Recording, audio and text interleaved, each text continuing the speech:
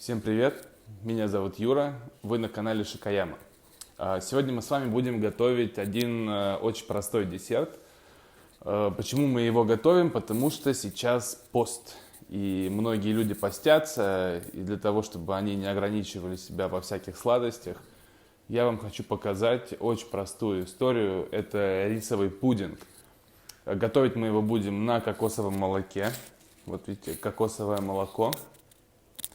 Выбирайте то молоко, которое вам нравится, но в железных банках я бы вам не советовал брать. Оно слишком жирное, и это будет просто кусок масла, когда все у нас в итоге приготовится.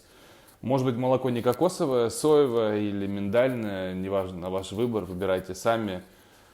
В общем, но растительного происхождения, да, иначе это не будет постное. Дальше, безусловно, нам нужен рис. Рис у нас круглозерный, он не пропаренный. Мы его даже промывать не будем, нам нужно сохранить весь крахмал, который есть на рисе, да, чтобы в итоге пудинг стал пудингом, а не просто рисовая каша. Если вы возьмете пропаренный рис, какой-нибудь там любой пропаренный, да, у вас будет рисовая каша, но никак не пудинг. И, безусловно, нам нужен сахар. У меня обычный кристаллический. Если вы приверженец ПП, там всяких зожей, то возьмите себе кокосовый сахар или пальмовый, ну или тростниковый, в общем, какой вам нравится. Я просто беру обычный белый сахар. Из оборудования нам понадобится лопатка и кастрюля. И все. Мы берем литр молока. Сколько в граммах я не знаю, я просто взял литр. На этот объем мне нужно 150 граммов риса, 150 и половина от этого сахара. Здесь 75 сахара. Как же мы это готовим? Все вообще просто до невозможного. Мы берем, засыпаем сахар. Дальше мы заливаем сюда молоко. Мы здесь специально не берем привычные пропорции риса к жидкости, там 1 к 2, 2,5. Здесь гораздо больше жидкости, потому что нам нужно, чтобы весь рис разварился. Ну, не в кашу, он должен остаться крупинками, но он не должен быть аль денте или что-то в этом духе. Все, мы это все залили, ставим на плиту.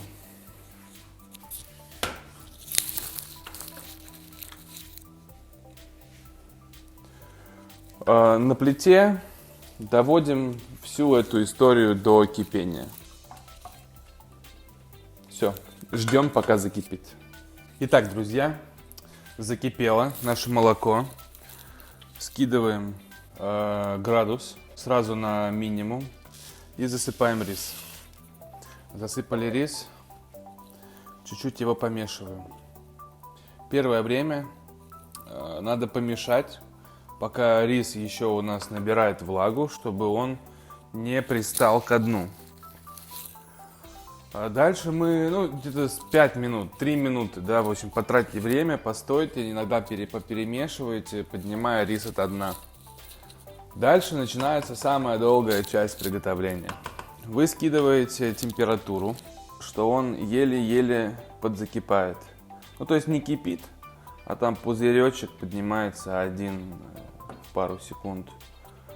Просто, видите, дрожит она. Это то, что надо. Нам нужно рис не варить, прям все вываривать, а чтобы он медленно-медленно томился. Пахнет кокосом уже на всю кухню, на самом деле. Баунти такой.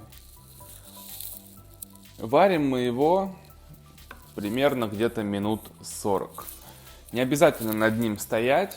Просто ставьте себе какой-нибудь таймер. Раз там в 5-7 минут подходите ко всей этой истории, чуть-чуть помешайте. И все, и уходите. Закрывать крышкой не надо. Надо, чтобы было открыто, иначе будет скапливаться конденсат, который будет собираться к вам обратно. Не нужно. Мы должны все-таки немного влаги оттуда выпарить, но, как вы видите, процесс испарения просто ни о чемошный. Прошло где-то, наверное, минут 20-25. Вот мы уже на каком этапе, смотрите. Рис набух, он начинает склеиваться, это очень хорошо. Но у нас еще есть жидкость, которая должна впитаться в него и подвыпариться. Я думаю, что еще как раз где-то минут 15 вся эта история должна вариться. И в общем, как я вам и обещал, прошли еще 15 минут, и мы возвращаемся к нашему пудингу. Вот смотрите, что у нас уже получается. Все, он готов. Как вы видите, это уже стала такая густая масса. Крахмальчик у нас заварился. Ровно 40 минут, в общем, наша вся эта история варилась. Теперь мы его выключаем.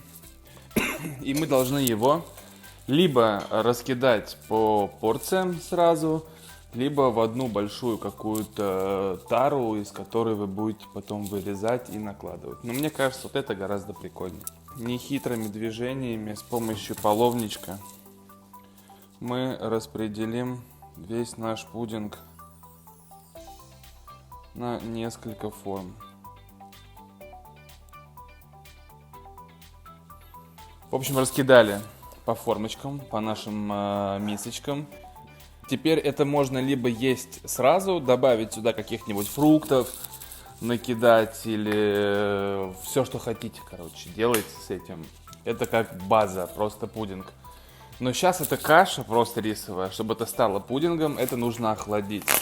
Для этого мы берем и закрываем их в контакт, чтобы не образовалась на нем пленочка. Итак, наш с вами пудинг застыл. Вот он такой. Такой классный. Теперь, просто пудинг есть же невкусно. Хотя, конечно, вкусно, поверьте мне. Это лайфхак для тех, кто не любит рисовую кашу. Вот приготовьте ее таким образом, вам понравится точно. У меня тут есть какие-то орешки с миксом цукатов. В общем, чтобы это было, по крайней мере, вкусненько. Вот мы вот так вот немножечко сюда добавим красок в наш прекрасный, восхитительный пудинг, который я приготовил на ваших глазах, между прочим. Вот полноценный десерт, который прекрасно можно есть тем, кто постится, кто приверженец правильного питания, ЗОЖа и всех вот этих безлактозных, безглютеновых историй. Пожалуйста, наслаждайтесь, готовьте, а я попробую.